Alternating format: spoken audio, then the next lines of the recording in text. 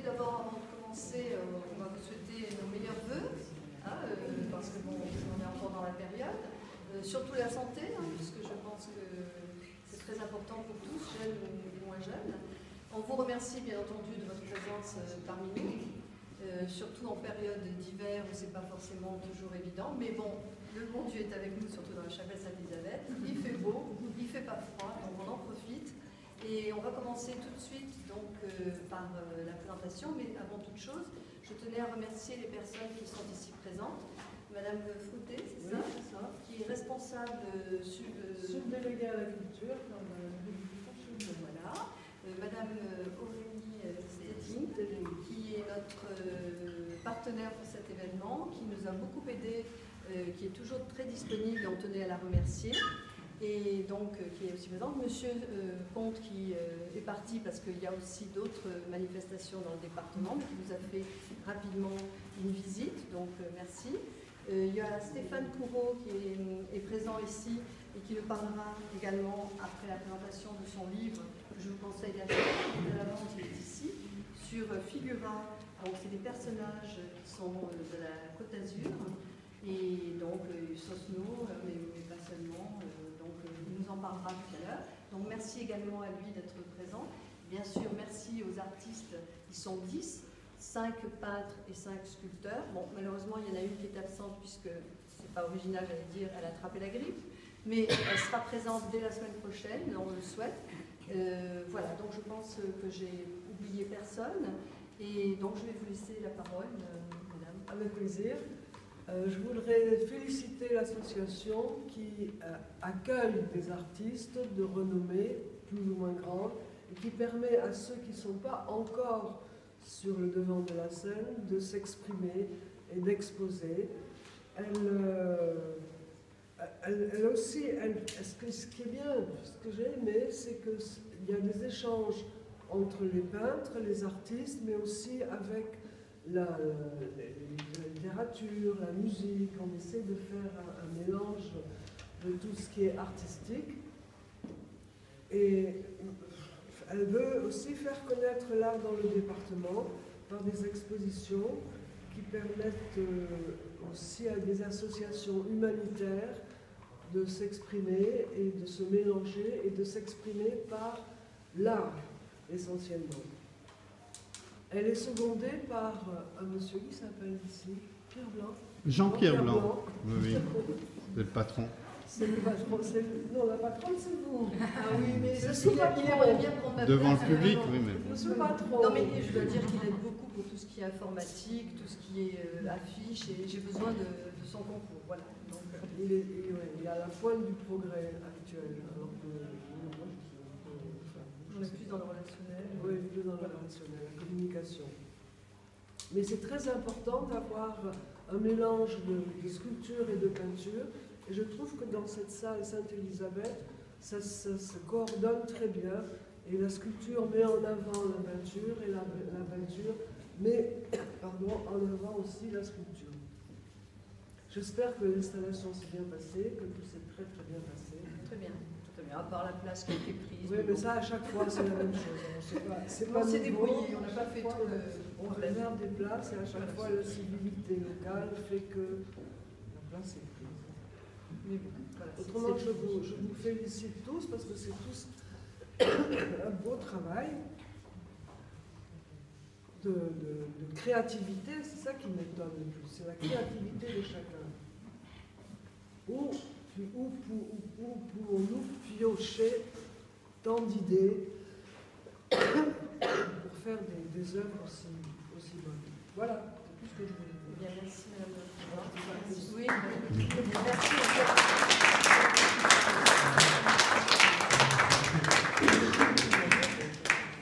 Bien, ben, on va commencer la présentation. Ça oui, ça c'est très bien sûr au cocktail et sans prendre trop de votre temps, qui est précieux pour tout le monde. Donc Annie, qui est ici présente, tu peux commencer. Je n'en dirai pas plus puisque tu parleras moins de ton travail artistique. Mon travail, c'est un travail mixte. Je travaille avec la pigmentation, parfois avec la peinture, et après je passe à la résine. Et ensuite, bien sûr, c'est pas au hasard. Des fois, je pousse avec les pinceaux, des fois, je pousse avec en bois, et voilà. C'est un travail, ça c'est mon dernier travail. Normalement, je travaille à l'huile aussi, à l'acrylique aussi, mais ça c'est mon dernier travail que j'ai amené pour exposer. Si vous avez d'autres questions, je peux vous renseigner.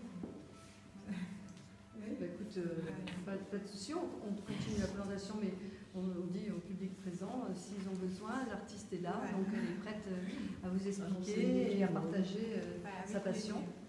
On dit que c'est la première fois que tu exposes avec nous, c'est une belle rencontre qu'on a eu l'occasion de faire à Saint-Paul. Oui. Et donc, bien, toutes ces rencontres qui ont lieu lors de vernissages ou d'expositions nous permettent d'agrandir le cercle des artistes et des amis. Donc, merci à toi, on t'applaudit. Ouais. Merci à toi.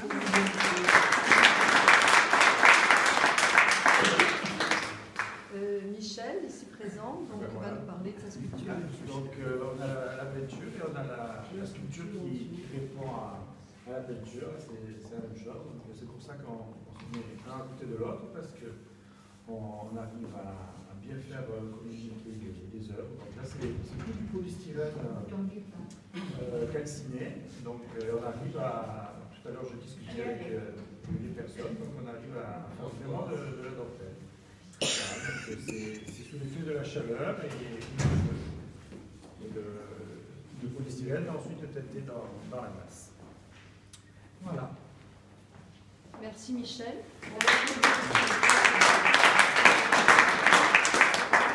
Bon, après Michel, donc on passe à Jeanne Mazur, sculptrice de son état.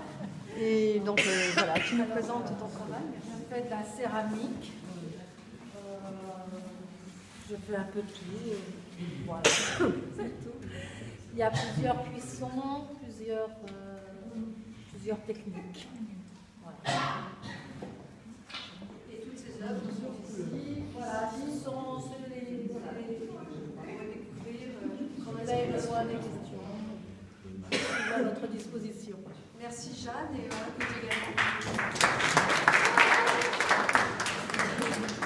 Donc après Jeanne, donc Tony Walters. Voilà, donc on te laisse Tony te présenter. Oh non, j'ai très peu de choses à dire. Je suis amoureux des couleurs de cette partie du monde et c'est ça que j'essaie de faire. Je suis dans le figuratif, c'est irrémédiable, je pense, parce que c'est trop beau les choses qu'on voit par ici. C'est tout. Merci. Merci Tony.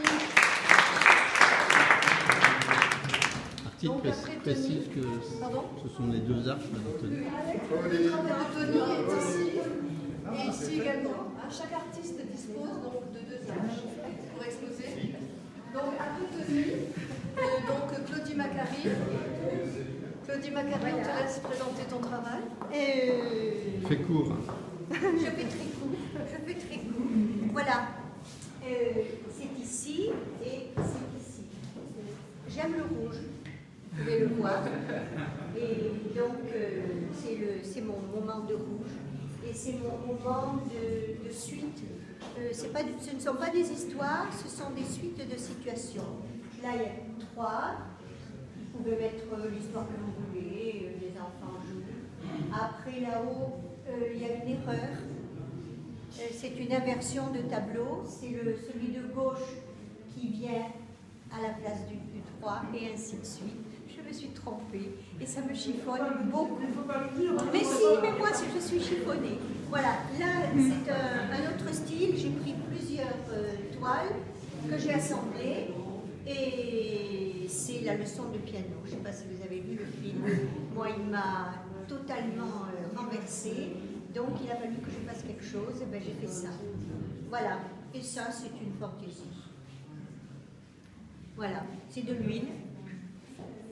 Et ça me vient de, je sais pas, quelque chose que je vois, quelque chose que je lis, quelque chose que j'entends. Ça fermente. Et quand ça sort, ça sort. Peut-être pas ce que j'ai vu, mais ça sort. Voilà. Merci, en tout cas, Claudie. Donc, après Claudie, il y a Yves Rousseau. Yves Rousseau, où est-il? T'es derrière moi, tu te caches. Donc, Yves nous a été présenté par une amie hors département. Donc, c'est ça qui c'est bien, c'est que soit par le biais de Facebook, on a un groupe Rendons des Arts qui se trouve, hein, je pense que c'est comme ça, soit le bouche à oreille, ou bon, notre site aussi qui marche bien. Donc elle nous a dit, est-ce que vous seriez intéressés? On a un artiste qui serait disposé à exposer. Donc on l'a rencontré ici à la Chapelle pour la première fois. Il a repéré son espace et il a dit très rapidement, je suis d'accord. Donc cette spontanéité nous a plu et son travail est là et on te laisse te présenter. Encore merci. Je travaille surtout avec des matériaux de récupération, d'acier, des traverses de bois de chemin de fer, et puis je crée des personnages qui peuvent être un petit peu sanglants, mais bon, avec de l'humour aussi. Voilà. Très bien, merci beaucoup.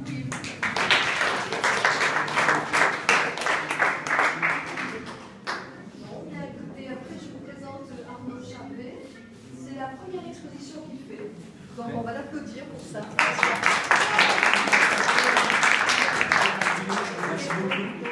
Alors c'est la première fois. On s'est rencontrés dans un centre commercial à Vence. On parlait de culture. Il a dit moi je serais intéressé. J'ai laissé ma carte et il est là ce soir. Et on te remercie. C'est une belle rencontre. Merci à vous. Merci à vous. Moi je suis très content d'être là du coup. Donc je suis venu vous présenter deux de mes projets. Qui viennent traiter un peu de la question, comme vous voyez, du corps et surtout de son mouvement. Donc il y a Triste Amour avec ces trois tableaux, ces trois portraits. Donc pas de regard, surtout le corps, le mouvement qui vient s'exprimer.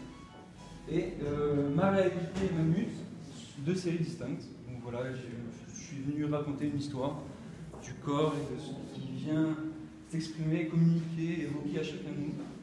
Et après, chacun peut l'interpréter à sa façon.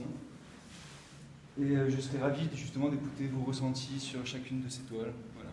Merci beaucoup. Merci.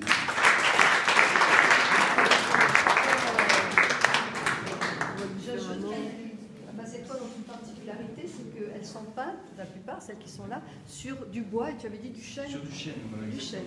Voilà. C'est de la peinture acrylique, très simplement. J'utilise trois couleurs. D'accord, merci. Merci beaucoup. Après donc Arnaud, où se trouve Michel Beau? Devant toi. Il est là. Oui, mais c'est exprès.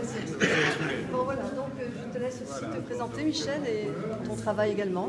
Donc Michel Gouault, je suis niçois et là j'expose des sculptures qui sont là. Je fais aussi de la photo, j'écris des poésies, des paroles de chansons. J'ai une vie bien remplie, j'ai deux sources d'inspiration inépuisables, la nature et la nature humaine. Donc, et dans ce que je fais, en principe, il y a toujours un peu de poésie ou d'humour, comme par exemple ici. Ça, c'est l'amour.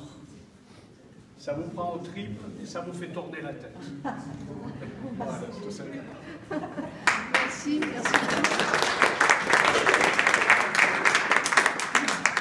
Donc on va terminer par Patricia Farinelli qui est ici présente et qui va nous présenter son travail qui est ici. Et je tenais à lui dire, plus particulièrement, qu'elle nous a fait une très belle surprise. Elle a, en peu de temps, vraiment, on fait une création très étonnante puisque tout ce qui est là aujourd'hui, je ne l'ai jamais vu et j'ai découvert sur Facebook avec mon plus grand bonheur. Merci, je te laisse te présenter. Bonjour à tous, je m'appelle Patricia Farinelli, il y a quelques années que je peins. Je suis autodidacte, je touche un petit peu à tout, l'acrylique, le collage et la peinture à l'huile. Et là, en l'occurrence, les natures mortes, je travaille la peinture à l'huile parce que pour les ombres, c'est beaucoup plus pratique. Voilà, donc ça dépend des périodes, je peux faire des portraits comme je peux faire des navets. Là, c'est les natures mortes. Voilà. Merci.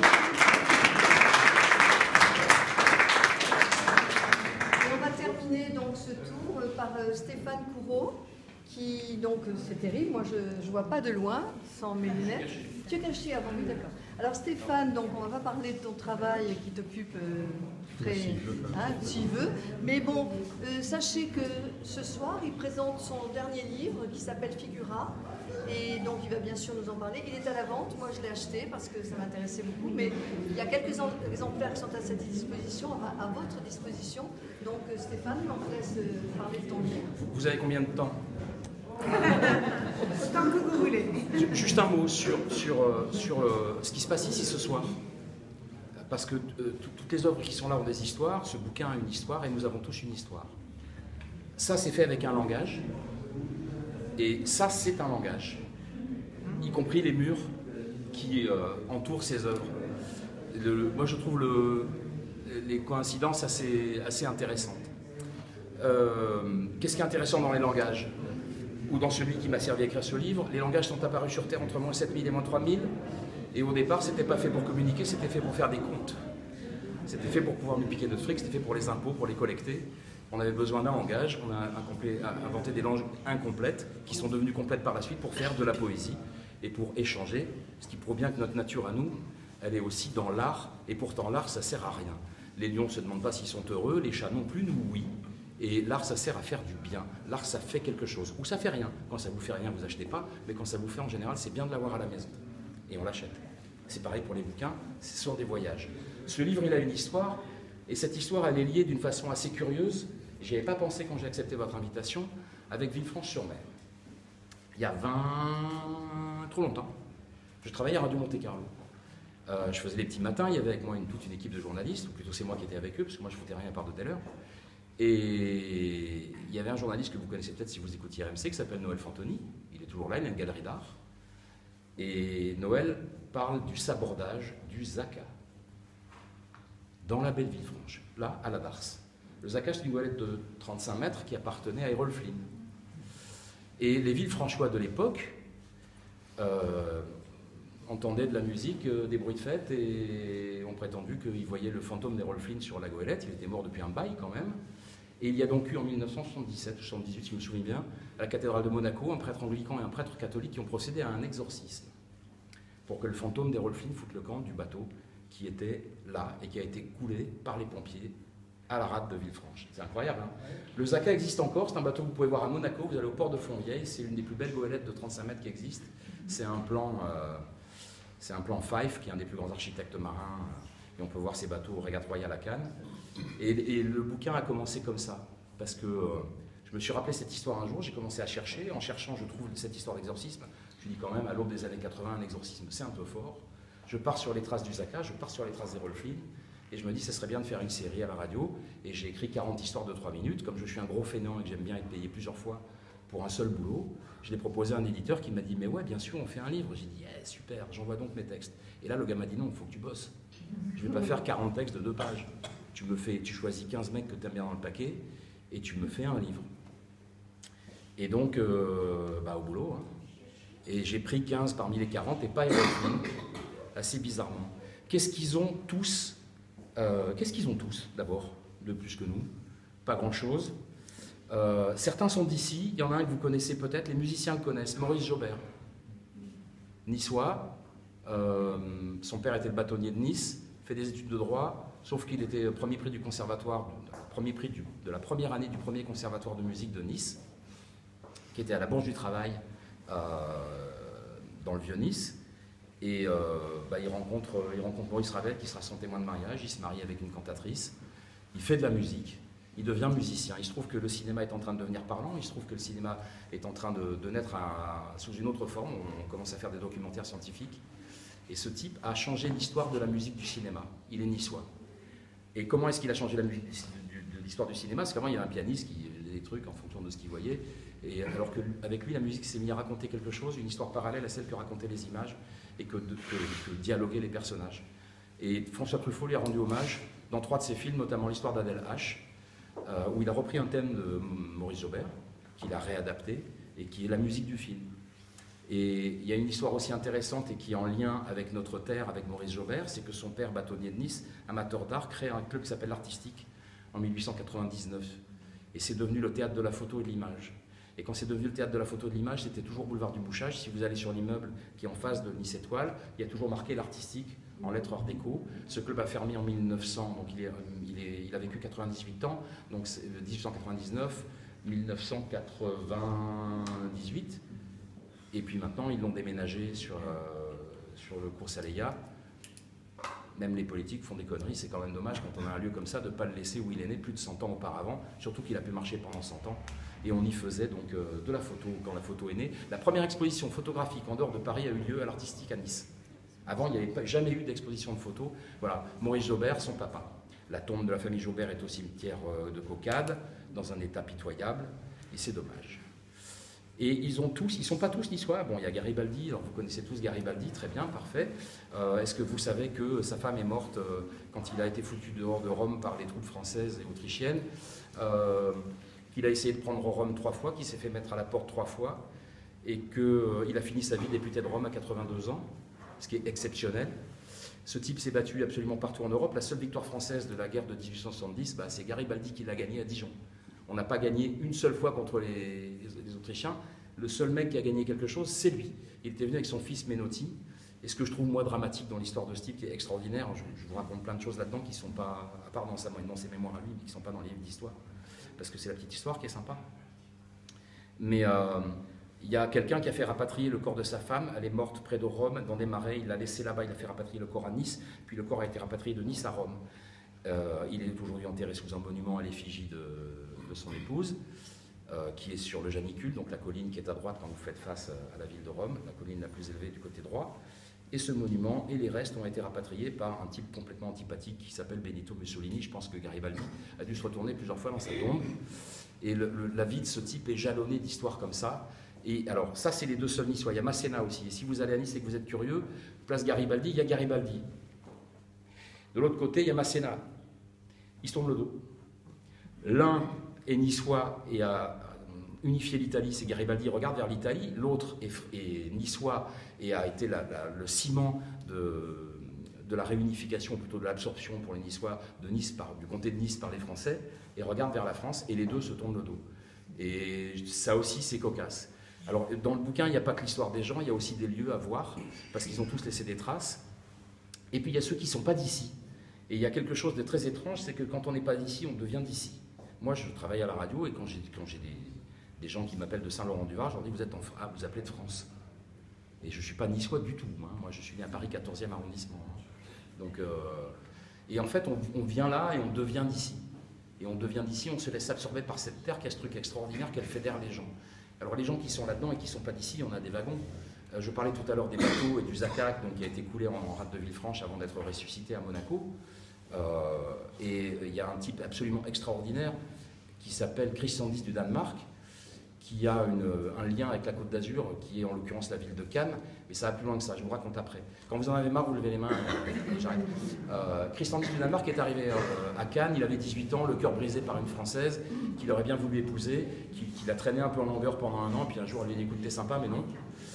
Et donc il avait beaucoup de peine. Et il arrive à Cannes, dans sa petite famille, c'est les souverains russes, les souverains anglais, les souverains autrichiens, et on se demande comment il n'y a pas eu plus de cons dans les familles royales, parce qu'ils étaient même tous consanguins.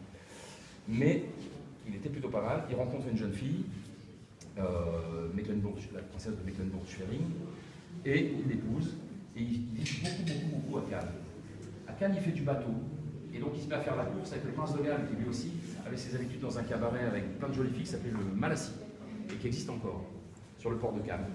Et donc, ils font du bateau, ils font des régates, et puis ces régates ont pris de l'ampleur. Elles se sont un jour arrêtées, et quand on les a ressuscitées, on a demandé à la famille royale de Danemark l'autorisation d'appeler ces régates les régates royales. C'est tous les ans, en septembre. Il y a de beaux bateaux. Le Zaca n'y a jamais été, je ne sais pas pourquoi, parce qu'il y a sa place. Bref. Et Christian Dies du Danemark a ceci d'extraordinaire que ça aurait pu être le pire des salauds. Il avait une monarchie parlementaire, sauf qu'il voulait le pouvoir. Donc il a commencé à virer un peu le Parlement et à prendre beaucoup de place. Et les Danois n'entendaient pas de cette oreille. Et ils sont descendus dans la rue, et c'est ou la Révolution ou une monarchie parlementaire. Il a choisi une monarchie parlementaire, sauf que les Danois n'aimaient pas tellement leur souverain, parce que c'était quand même une bête peau de vache. Il se trouve que là-dessus, la guerre éclate et que les Allemands arrivent, et les Allemands ont envahi le Danemark en moins de 24 heures. Et le roi, à partir de ce moment-là, est sorti sans escorte à cheval tous les jours dans sa capitale, et a fait le tour de sa capitale tous les jours. Et il est devenu le symbole de la résistance de son pays. Et quand les Allemands lui ont dit « il va falloir livrer tous les Juifs de votre pays », il a fait évacuer tous les Juifs du pays en une nuit, à ses frais, en affrétant des bateaux entre le Danemark et la Suède. Il y a juste un petit pas de mer, hein, c'est vite fait. Il a fait donc échapper tous les Juifs du pays, sauf 430 qui ont été détenus dans un camp. Et il a négocié avec les Allemands que la Croix-Rouge visite ce camp et que les détenus puissent recevoir des colis de leur famille. Il y a eu 2 morts. C'est le seul camp où il y a eu 2 morts. Et ce roi est devenu tout d'un coup l'idole de ses sujets, le symbole de la résistance, et un type extraordinaire. Il fallait quand même avoir un caractère bien trempé pour faire ce genre de choses. Les Allemands ont demandé un jour au Danemark de filer des bateaux pour la Kriegsmarine. Il a filé 3 bateaux, il a fait mettre tous les drapeaux en mer. Le pays était occupé. Pas mal. Et ils ont tous ce genre de choses. Tous ceux qui sont dans ce bouquin-là, que ce soit des hommes... Il n'y a qu'une seule femme, c'est Isadora Duncan. Il aurait pu y en avoir plus. Hein. Ils ont tous ce truc d'une force de caractère extraordinaire, d'un trait de génie et de conviction de ce qu'ils font. Je vous parle d'un tout dernier qui a son quartier à Nice. Et tout le monde ne sait pas forcément ce que faisait ce gars-là. Si vous allez à Nice, d'abord vous avez entendu parler de Nice il y a 25 ans parce qu'il y a le casino Ferber qui s'est écroulé. Et donc le casino Ferber se trouve dans le quartier Ferber. Le quartier Ferber se trouve en face de l'aéroport. Ferdinand Ferber était artilleur, passionné d'aviation, et donc il commence à travailler à ses frais sur les avions. C'est lui qui a inventé le terme d'aérodrome.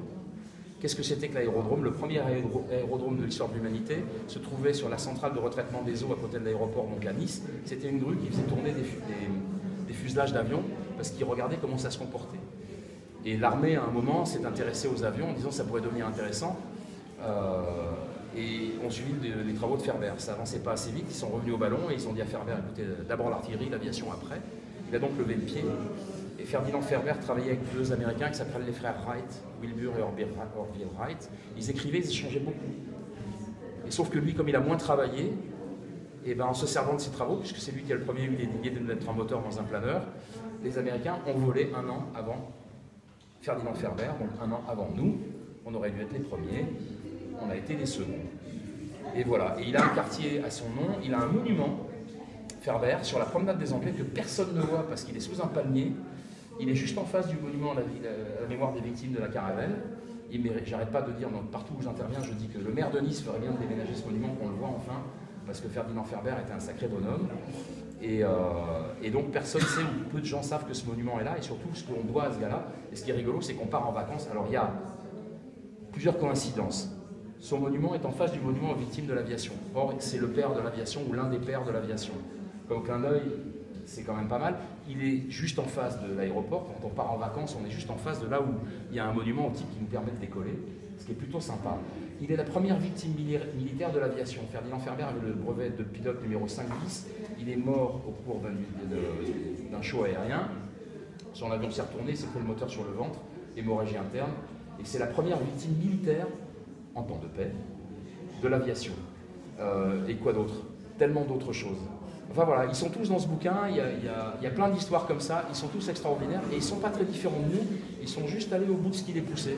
Alors que nous, des fois, on est un peu timide et on ne va pas forcer, parce que tout le monde écrit, hein, et personne, enfin tout le monde ne fait pas des bouquins, mais tout le monde écrit. Michel, et en fait, je vais t'interrompre parce que le chien, il en peut plus. Un peu au bout, voilà. Il y a le cocktail qui est là, il en peut plus. Régalez-vous, bon appétit.